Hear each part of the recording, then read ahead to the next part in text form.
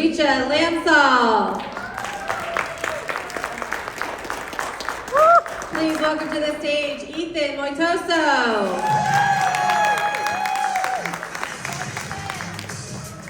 Please welcome to the stage, Sophia Tienda.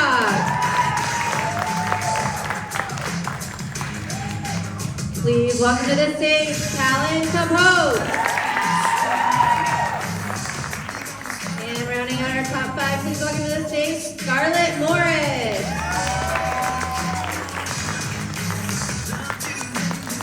Contestants, here we are, the final 5, the top 5, here we go. Once again, I'm Mr. Peterson right up front, and I'm mostly here just to ask you the questions. Remember, you don't have to respond to me the whole time, all right? You can address your judges and audience. And the way that this one's going to work, this round is not timed. So you do have time to say your piece before you're ready to hand it off to the next contestant. The first question, we're gonna start with you, Richa, and then Ethan, you'll get a chance to answer that question after Richa, and then so on and so forth. Each of you gets a chance on that first question. Question number 2, we'll go first to Ethan, and then to Sophia, and so on and so forth. And we'll continue that until we get through all 5 questions. So each of you will get a chance to lead. Each of you will have to be the last to answer as well. So consider that. And here we go. All right, Richa, our first question, starting with some context. In schools, students primarily focus on academic classes. In Beaumont schools, we also offer programs such as the Amazing Shake that teach communication, teamwork, professionalism, and real-world skills. Should schools require all students to take a class that teaches skills like communication, teamwork, and professionalism? Hello everyone, I would like to restate that I am Richa. I'm in 8th grade and this is my final year at the Amazing Shake. And I would like to say yes, totally, I do believe that schools should. I believe in all of our classes we have heard multiple students say, why would we use this in the future? Or what is the need of this in the future? And the need of the future is that we don't know that. It is unclear, especially as children. But as adults, as you all, you probably know how the future is. You probably know that we need soft skills, as that is a various answer that we and response that we hear from judges when asking for feedback. And with that, we should have future classes to see how our future is. And then if we are able to have these, we are able to have students that are able to say, hey, maybe I do need social studies, maybe I do need math in the future, and I don't have to just slack off because I don't think it's going to be necessary in the future. Along with that, going with our judges' feedback on how a lot of judges respond with, we need this in the future, I wish I had this with the kids, unquote. I believe that it shows that these soft skills are technically really, really needed in the future in our real world. Along with that, a Stanford and Harvard study shows that 85% of skills needed in the real world are soft skills rather than technological skills, as they bring you much further in life than technological skills. Hi everybody, my name is Ethan Moitoso. Ethan, you're gonna start on this second question, Okay. followed by Sophia. The American flag, and I'll bring your attention right behind you, nothing scary, just the American flag is back there for reference. The American flag, often referred to as Old Glory, or the Stars and Stripes, is one of the most recognizable symbols in the world, and its design isn't just aesthetic. Which element of the flag of the United States of America carries the most significance to you? I believe that the part of the flag that carries the most significance to me are the stars.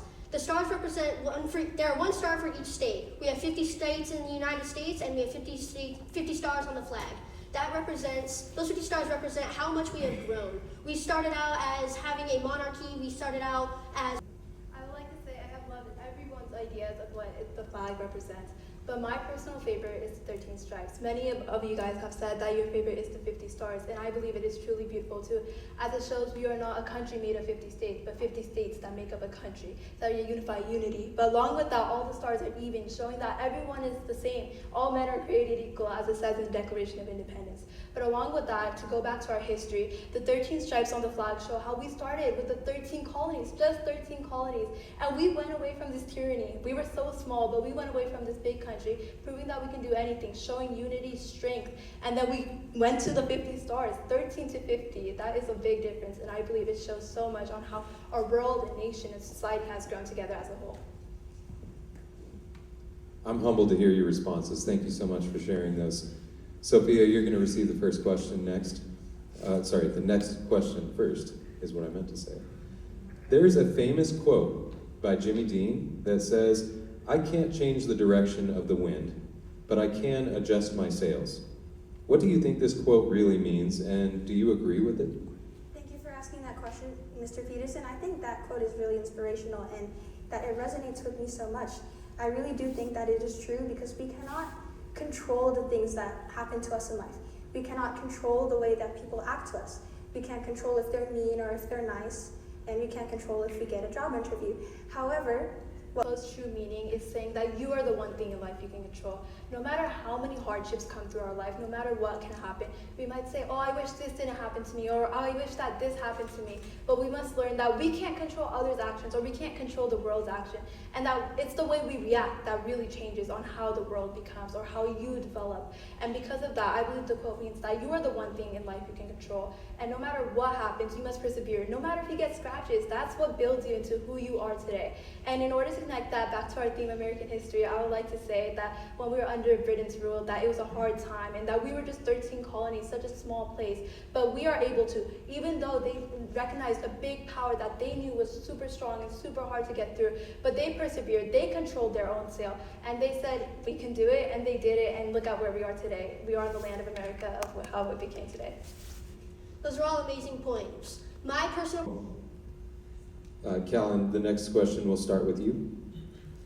Americans have lived through major economic crises, including the stock market crash that led to the Great Depression, the recession of the 1990s, and the Great Recession of 2008-2009.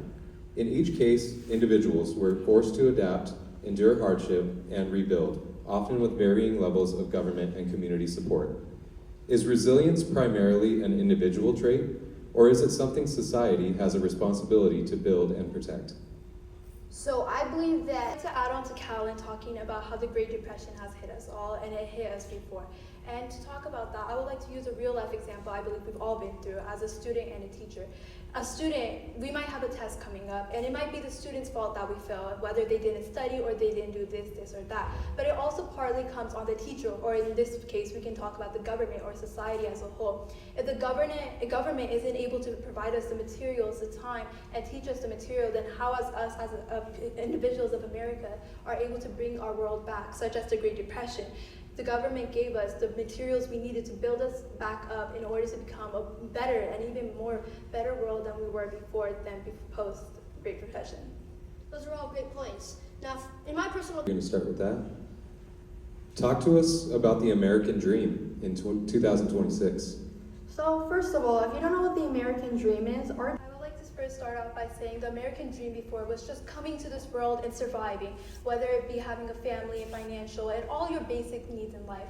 But I believe the American dream has grown out with America itself. From its 13 colonies to where we are today, it has grown with it. As now it is not just coming and surviving and having the picket white fence and the beautiful life, but it's to live your dreams, literally, not just the American dream, but your own dreams. No matter what it is, no matter how crazy or how amazing your dream is, it's to now just come here and enforce it and not be afraid of anyone what they say, because freedom is what it stands for. So people come here, America, for that American dream of being able to do anything that they want in this world. No matter how crazy it is, they are here to come and be ready for it and to pursue that dream.